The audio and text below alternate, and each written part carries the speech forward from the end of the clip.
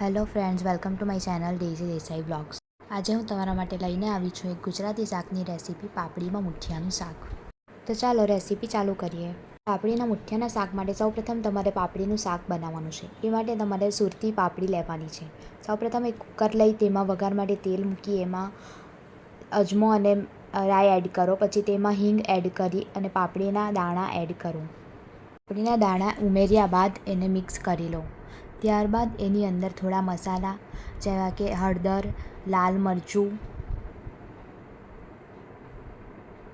ધાણા જીરું પાવડર, લસણ વાટેલું, લીલું મરચું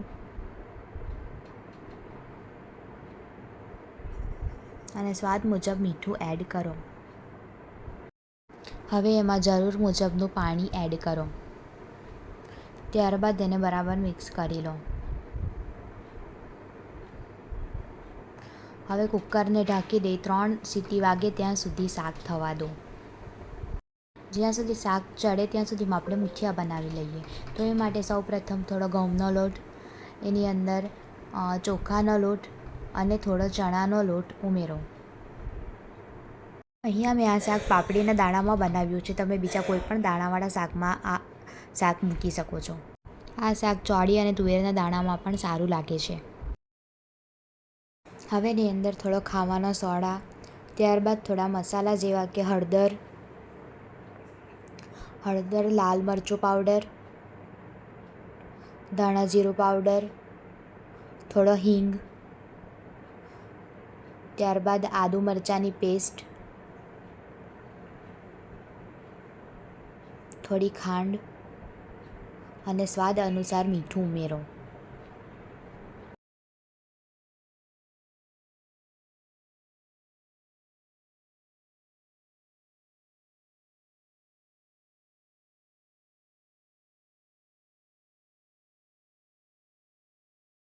હવે એની અંદર થોડું દહીં, ઘરની બનાવેલી મલાઈ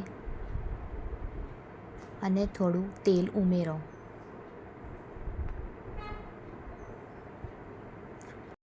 હવે તેમાં ઝીણી સમારેલી મેથીની ભાજી ઉમેરો. ત્યારબાદ લોટને બરાબર મિક્સ કરી લો અને જરૂર પડે તેટલું પાણી ઉમેરી અને મુઠિયા માટેનો લોટ બાંધો.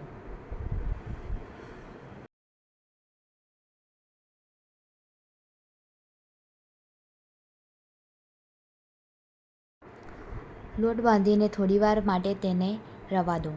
ત્યારબાદ તેમાંથી નાના નાના મુઠિયા વાળો. મુઠિયાની સાઈઝ થોડી નાની રાખવી. હવે એક લોયામાં તેલ ગરમ કરી અને આ મુઠિયાને તળી લો.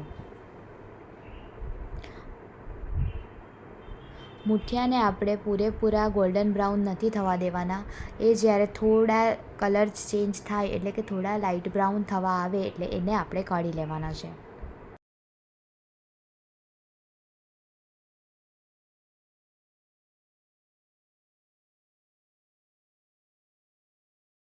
મુઠિયા થોડા લાઇટ બ્રાઉન થઈ ગયા છે તો આપણે એને તેલમાંથી કાઢી લઈએ.